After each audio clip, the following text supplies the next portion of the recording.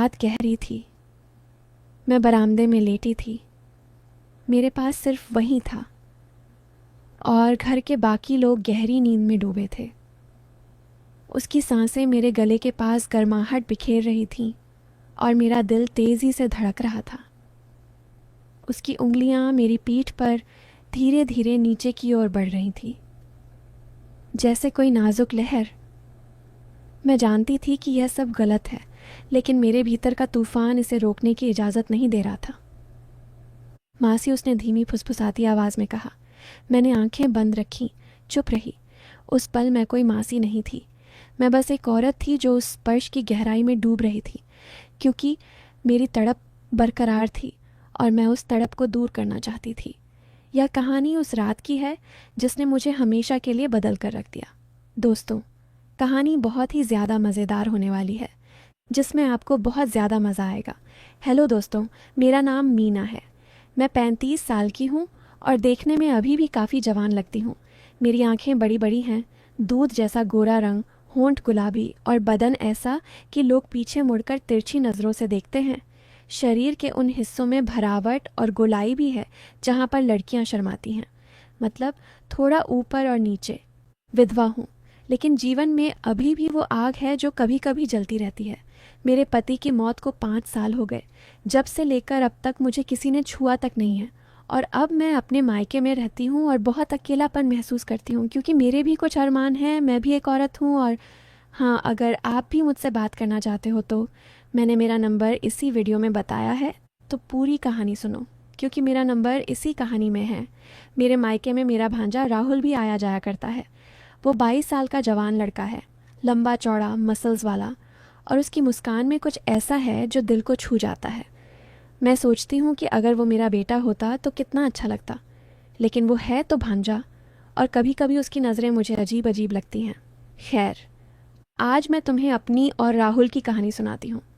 ये कहानी थोड़ी अलग है। चलो शुरू करती हूँ। ये बात पिछले साल की है, जब राहुल गर्मियों की छुट्टियों में मेरे घर आया था। मेरा घर गांव में है, बड़ा सा पुराना हवेली टाइप, जहाँ कमरे बड़े बड़े हैं और शाम को हवा चलती है। मैं अकेली रहती हूँ, बस एक नौकरानी आती है सुबह शाम। राहुल कॉलेज से आया था और उसने कहा कि वो पूरे 2 महीने यहीं रुकेगा, पढ़ाई के लिए शांत जगह चाहिए।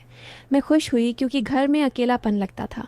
वो आया तो मैंने उसे गले लगाया जैसे मासी लगाती है भांजे को, लेकिन उसका बदन छूते ही मुझे कुछ अजीब सा लगा।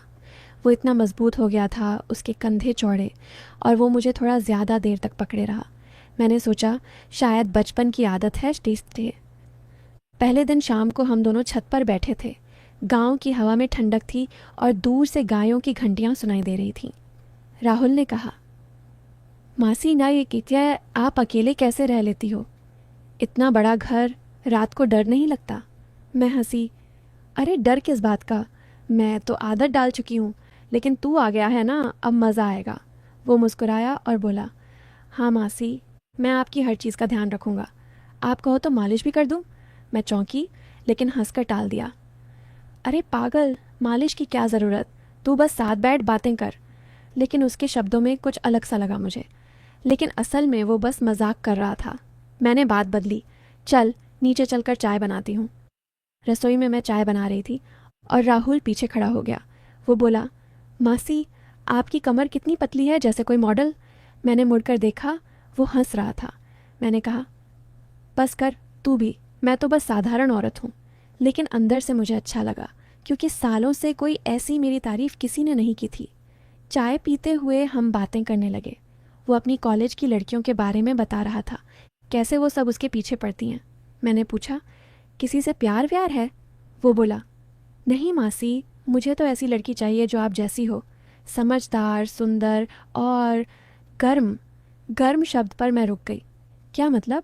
लेकिन वो हंसकर बोला, मतलब गर्मजोशी वाली, जैसे आप। मैंने राहत की सांस ली, लेकिन सोचा कि ये लड़का कितना शरारती है।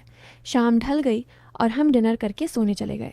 उसका कमरा मेरे बगल वाला था और रात को मुझे लगा जैसे वो दरवाजे पर खड़ा है, लेकिन शायद भ्रम था। अगले दिन सुबह मैं उठी तो राहुल पहले से जगा हुआ था। वो आंगन में एक्सरसाइज कर रहा था, शर्टलेस। उसका बदन पसीने से चमक रहा था, मसल्स उभरे हुए। मैं खिड़की से देख रही थी और सोच रही थी कि कितना बड़ा हो गया है मेरा भांजा। वो मुझे देखकर बोला, मासी, आओ ना, साथ में योगा करो, मैं सिखाता हूँ। मैंने मना किया, लेकिन वो ज़िद करने लगा। आखिर मैं नीचे गई और हम साथ में योगा करने लगे। वो मेरे पास आकर मेरी पोजीशन ठीक कर रहा था। उसके हाथ मेरी कमर पर लगे। हंसी, ऐसे सीधा रखो, नहीं तो दर्द हो जाएगा। उसका स्पर्श गर्म था और मैंने सोचा कि ये तो बस मदद है। योगा के बाद हम नाश्ता करने बैठे। वो बोला, मासी, आपकी स्किन कितनी सॉफ्ट है, जैसे मखमल। मैं ब्लश कर गई, लेकिन कहा, बस कर, तू मुझे तंग मत कर। दिन बीतते गए और हमारी दिनचर्या ऐसी बन गई कि हर वक्त साथ रहते। सुबह योगा, फिर मैं खाना बनाती और वो मदद करता। रसोई में वो मेरे करीब आ जाता। कभी आटा गूंथते वक्त उसके हाथ मेरे हाथों से टकराते। वो कहता, मासी, आपकी उंगलियां कितनी नरम हैं। मैं हंसती, लेकिन अंदर से कुछ हलचल होती। एक दिन हम घर की सफाई कर रहे थे। पुराने कमरे में सामान उठा रहे थे और अचानक एक पुरानी किताब गिरी। वो बोला, मासी, ये क्या है? लगता है कोई पुरानी डायरी। मैंने देखा, वो मेरी शादी की डायरी थी, जिसमें कुछ रोमांटिक बातें लिखी थीं। राहुल ने पढ़ना शुरू किया। वो रात कितनी गर्म थी। मैंने झट से छीनी। अरे ये मत पढ़। वो हंसा। क्यों मासी, आप भी कभी जवान थी ना? मैंने कहा, हाँ, लेकिन अब वो बातें पुरानी हैं। लेकिन उसके चेहरे पर वो मुस्कान थी, जैसे कुछ सोच रहा हो। हम सफाई जारी रखे और वो मेरे करीब आकर बोला, मासी, अगर मैं आपका पति होता तो कभी अकेला ना छोड़ता। मैं चौंकी, लेकिन वो बोला, मतलब हमेशा साथ रहता। शाम को हम गांव की सैर पर निकले, लेकिन पैदल ही, क्योंकि कार नहीं थी। रास्ते में वो मेरी बाजू पकड़कर चलता, जैसे डर लग रहा हो। मासी, रात हो रही है, कहीं कोई जानवर ना आ जाए। मैं हंसी। अरे यहाँ क्या जानवर, तू है ना मेरे साथ। वो बोला, हाँ, मैं आपकी रक्षा करूँगा, हर तरह से। हर तरह से? मैंने सोचा, ये लड़का क्या कह रहा है। लेकिन हम बातें करते रहे, गांव की गपशप, उसके दोस्तों की। घर लौटे तो थक गए थे। रात को डिनर के बाद वो बोला, मासी, आज नींद नहीं आ रही, आपकी कहानी सुनाओ ना, अपनी ज़िंदगी की। मैंने शुरू किया। अपनी शादी की बातें बताईं, कैसे मेरे पति मुझे प्यार करते थे। राहुल सुनता रहा और बोला, मासी, आप अभी भी वैसी ही हैं, कोई भी पागल हो सकता है आपके लिए। मैंने कहा, बस।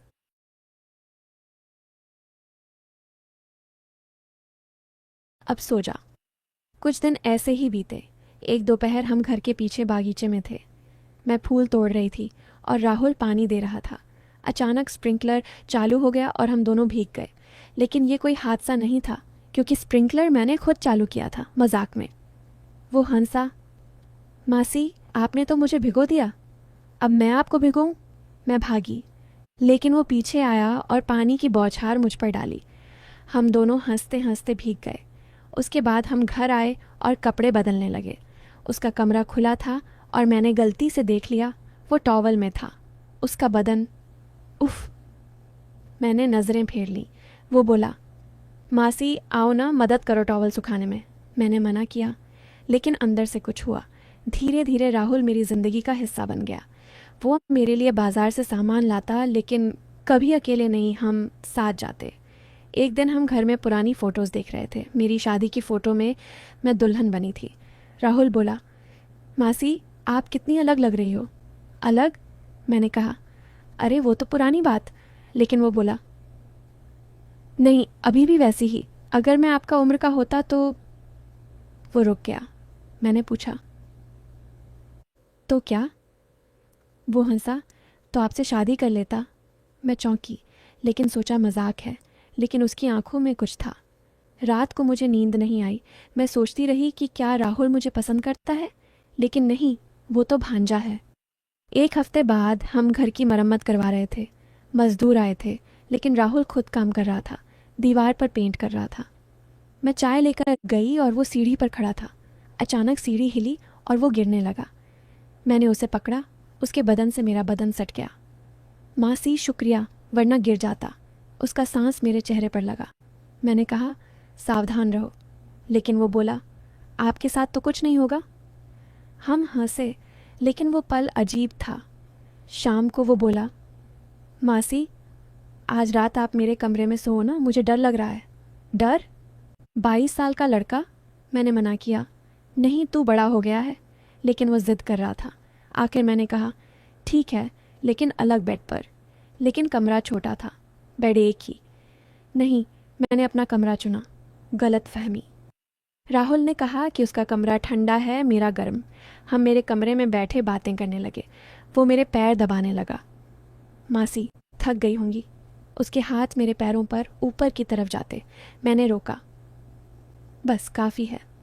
लेकिन वो बोला, मासी आपकी टांगें कितनी स्मूथ हैं। मैं ब्लश कर गई। रात भर मैं जागती रही, सोचती कि क्या हो रहा है।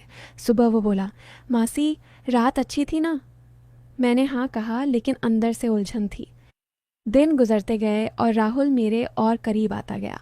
वो मेरे लिए खाना बनाता और कहता, मासी ये खाओ, ये आपकी बॉडी के लिए अच्छा है।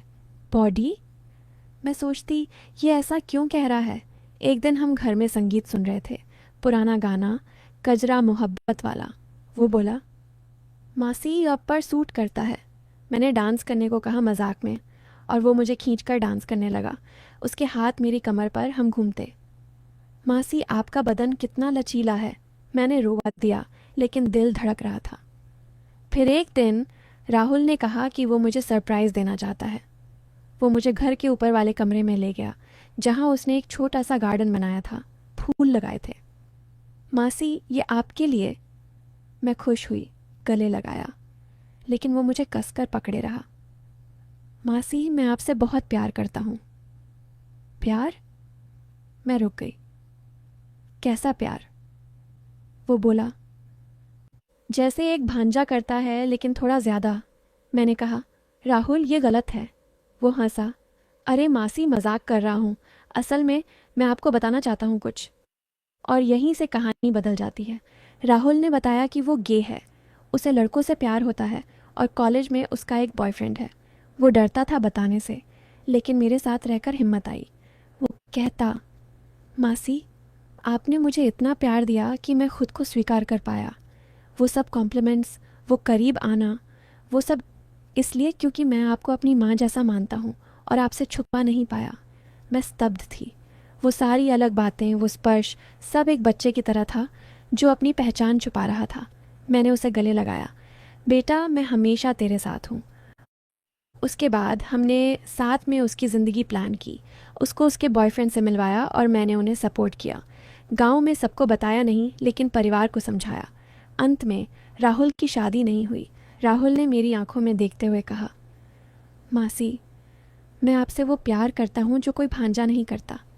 मैं हर रात सोचता हूँ कि आप मेरी हो जाओ। मैं स्तब्ध रह गई। दिल की धड़कनें रुक सी गईं। मैंने धीरे से कहा, राहुल ये गलत है। मैं तेरी मासी हूँ। वो मुस्कुराया, लेकिन उस मुस्कान में कुछ अजीब था। वो मेरे करीब आया, मेरी कमर पकड़ी और फुसफुसाया, मासी आप जानती हैं ना, मैं आपका असली बेटा नहीं हूँ। मैं चौंक गई। क्या मतलब? राहुल ने गहरी सांस ली और बोला, मासी 5 साल पहले जब मेरा बाप मरा, तब मैंने मामा से एक राज सुना था। वो राज जो आपसे छुपाया गया। मैं आपका बेटा हूँ मासी, आपका अपना खून। मेरा दिमाग घूम गया। को क्या बकवास कर रहा है तू? वो शांत स्वर में बोला, उस रात जब आप विधवा हुई, मामा ने आपको सांत्वना दी थी। वो रात आप दोनों ने शराब पी और फिर जो होना था वो हुआ। मैं उसी रात का नतीजा हूँ। मामा ने मुझे गोद लिया, लेकिन असल में मैं आपका बेटा हूँ। माँ। मैं ज़मीन पर बैठ गई। आंसू बहने लगे। सारी यादें घूम गईं। वो रात जब मामा ने मुझे गले लगाया था, वो शराब, वो कमज़ोरी। मैंने कभी सोचा नहीं था कि उस एक गलती ने मुझे हमेशा के लिए बदल दिया। राहुल अब वो मेरा बेटा था, मेरे पास बैठा, मेरे हाथ थामे। मैंने सालों तक ये राज रखा, लेकिन अब मैं इसे और छुपा नहीं सकता। मैं आपसे वो चाहता हूँ जो कोई बेटा माँ से नहीं चाहता, लेकिन अब आप मेरी माँ हैं और मैं आपका बेटा। ये रिश्ता अब और गहरा हो सकता है। मैं चीखी, नहीं, ये पाप है। तू मेरा बेटा है। वो हंसा, एक ठंडी हंसी। पाप? मासी या माँ? आपने तो पहले ही ये पाप कर लिया था, अब बस उसे पूरा करो। उस रात मैं टूट गई। वो स्पर्श, वो गर्माहट, सब कुछ बदल गया। मैं जानती थी कि ये गलत है, लेकिन वो तड़प अब और गहरी थी, क्योंकि अब ये सिर्फ भांजा मासी नहीं था। ये माँ बेटे का वो रिश्ता था जो समाज कभी स्वीकार नहीं करेगा।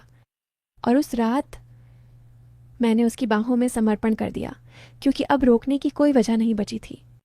ये कहानी उस रात की है जिसने मुझे सिर्फ बदला नहीं, बल्कि पूरी तरह से तोड़कर नया जन्म दिया। तो दोस्तों, ये थी मेरी और मेरे भांजे की कहानी। तो दोस्तों, कहानी आपको कैसी लगी कमेंट करके ज़रूर बताएं। और अगर आप चैनल पर पहली बार आए हो तो चैनल को सब्सक्राइब कर अपना प्यार ज़रूर दिखाना। मिलती हूँ एक ऐसी नई वीडियो के साथ। तब तक के लिए बाय बाय।